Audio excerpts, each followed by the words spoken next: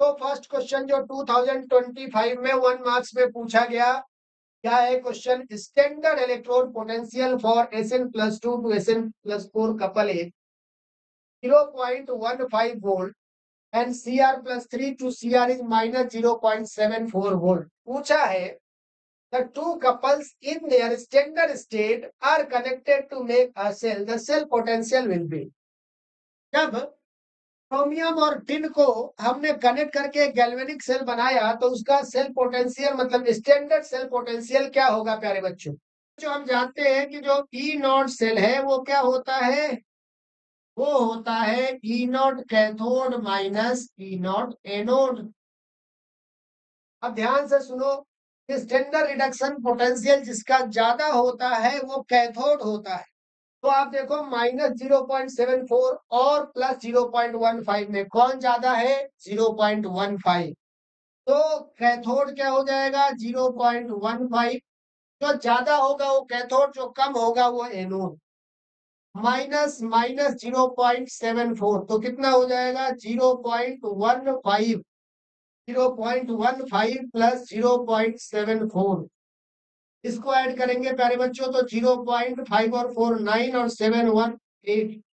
तो जो ई not cell आ गया वो कितना आ गया प्यारे बच्चों? आ गया 0.89 वोल्ट। ये इस क्वेश्चन का आंसर है। कौन सा ऑप्शन है? Plus 0.89 volt. B option is correct. तो 2025 में 3 मार्क्स में एक सवाल पूछा गया है, state the following. First part है Kohlrausch law of independent migration of ion. Second है Faraday first law of electrolysis. और थर्ड पार्ट पूछा गया using E not value of X and Y given below predict which is better for the coating of surface of iron to prevent corrosion and why। और ये तीन standard reduction potential x और Y और साथ में iron का दिया है। एक एक पार्ट को समझते हैं प्यारे बच्चों। सबसे प्यारे बच्चों कोलरॉस लॉ को अगर डिफाइन करें तो कोलरॉस लॉ का स्टेटमेंट क्या है? कोलरॉस लॉ का स्टेटमेंट है molar conductivity of any electrolyte eight infinite dilution is the summation of molar conductivity of its ion multiplied with their respective coefficient if any present। मतलब coefficient अगर है तो उस कोफिशियंट से भी मल्टीप्लाई होगा। और अच्छे से समझाते हैं आपको कि किसी भी इलेक्ट्रोलाइट का, जैसे यहाँ NaCl इलेक्ट्रोलाइट है तो इसका मोलर कंडक्टिविटी इनफाइनाइट डाइल्यूशन पे मतलब लेमडा एम नॉट क्या होगा? Lambda am not Na plus plus lambda am not Cl minus. दो आयन है इसमें Na प्लस और Cl माइनस। दोनों के नीचे 1 1 है, Na के नीचे 1 है और Cl के नीचे 1 है। तो यहाँ पे किसी नंबर से मल्टीप्लाई नहीं किया गया। लेकिन अगर आप यहाँ पे देखें तो Al2SO4 होल थ्राइस में L+3 और SO4 2 माइनस का मोलर कंडक्टिविटी का सम होगा। लेकिन साथ ही साथ जो नंबर नीचे लगे, जैसे L के नीचे 2 लगे तो 2 से L में मल्टीप्लाई होगा और SO4 के नीचे 3 लगा तो 3 से molar conductivity of sulphate ion में मल्टीप्लाई होगा। तो इस तरीके से ये स्टेटमेंट होता है कोलरॉस लॉ का। प्यारे बच्चों फेराडे फर्स्ट लॉ क्या कहता है? During electrolysis weight deposited on respective electron is directly proportional to charge supplied through it. मतलब किसी भी इलेक्ट्रोलिसिस के प्रोसेस में एनोड कैथोड पे जो वेट का डिपॉजिशन होगा वो डायरेक्टली प्रोपोर्शनल होगा चार्ज सप्लाइड के। यही लिखा है according to Faraday first law weight deposited on electrode is directly proportional to charge supplied through it. और इसमें W is directly proportional to Q है। और आप जानते हैं कि जो चार्ज है वो करंट इनटू टाइम होता है। क्यू के जगह IT रख दिया। जब आप प्रोपोर्शनलिटी का साइन हटाते हैं तो यहाँ पे वहां पे एक कांस्टेंट आता है। उस कांस्टेंट को यहाँ पे बोलते हैं इलेक्ट्रोकेमिकल इक्विवेलेंट। क्या बोलते हैं? Electrochemical equivalent. जेड से डिनोट करते हैं। और अगर जेड निकालने को कहा जाए प्यारे बच्चों तो जेड होता है atomic weight upon valency into 96500। ये जेड का फॉर्मूला है और इससे आप जेड कैलकुलेट कर सकते हैं। आई करंट है, टी टाइम है जो सेकंड में रखना होता है। तो फेराडे फर्स्ट लॉ का मैथमेटिकल एक्सप्रेशन क्या है? W equal to Z I T. और लॉ का स्टेटमेंट ये है। ये इस क्वेश्चन का आंसर है। आइए अगले सवाल पे। अरे बच्चों थर्ड पार्ट कह रहा है using E not value of X and Y given below predict which is better for the coating of surface of iron to prevent corrosion and Y. यहाँ पे एक मिस्टेक है, इसमें टाइपिंग एरर है प्यारे बच्चों। यहाँ पे क्या होना चाहिए, आयरन का क्वेश्चन में जो ओरिजिनल गिवन डेटा है वो -0.44 वोल्ट है। अब आयरन के ऊपर कोटिंग करनी है तो उस मेटल की कोटिंग होगी जो आयरन से ज्यादा रिएक्टिव होगा।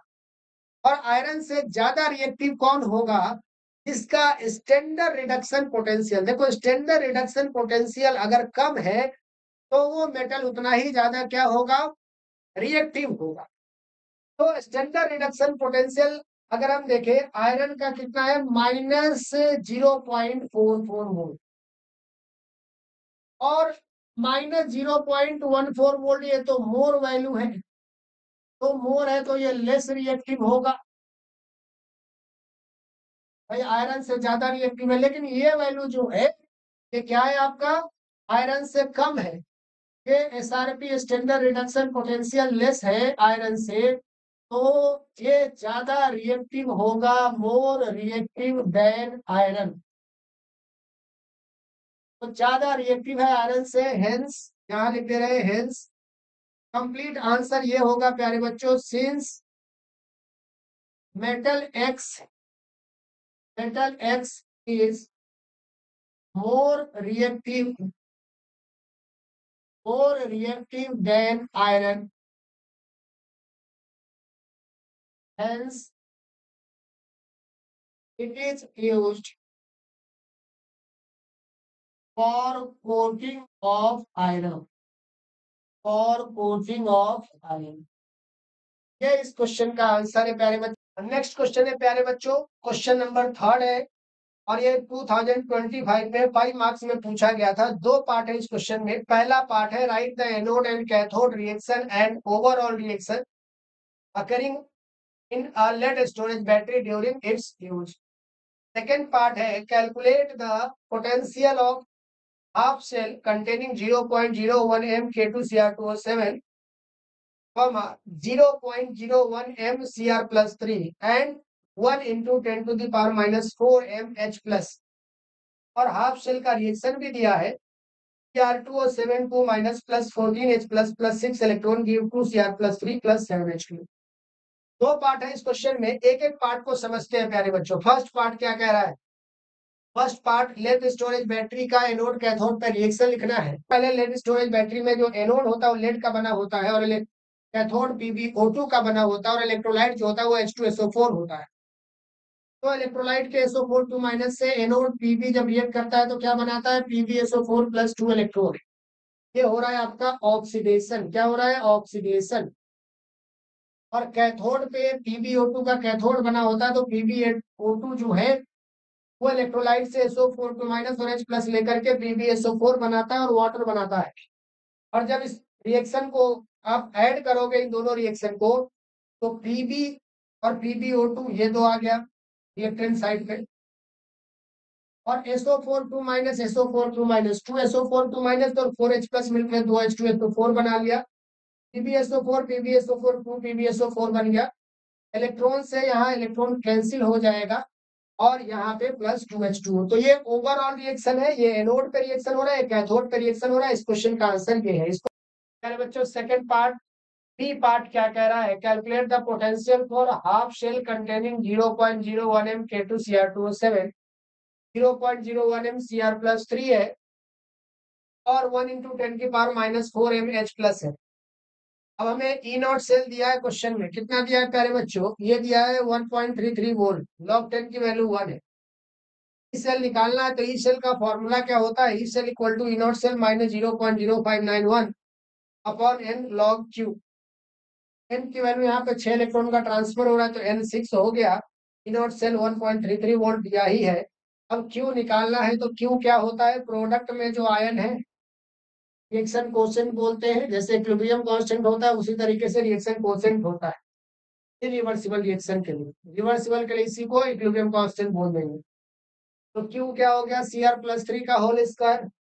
जो प्रोडक्ट में इधर और कोई आयन तो है नहीं, रिएक्टेंट में आयन है Cr2O7 2 माइनस यहाँ रख दिया।